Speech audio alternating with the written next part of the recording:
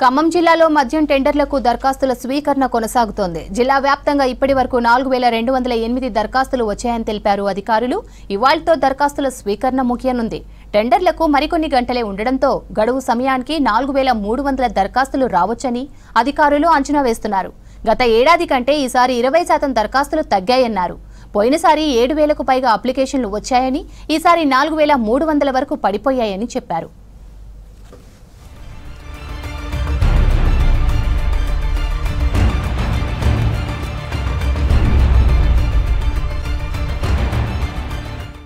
నూట 16 షాపులకు అప్లికేషన్లకి ఈరోజు చివరి తేదీ.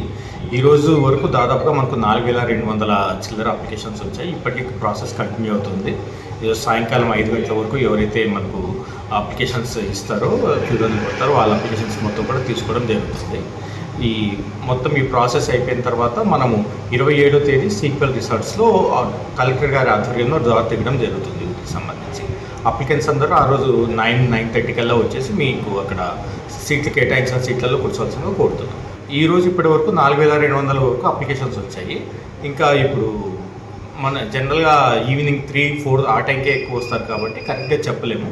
చూడాలి ఇంకా ఈరోజు ఎన్ని వస్తాయి. ఇంకో 500-600 వరకు కూడా రావచ్చని అనుకుంటున్నాం.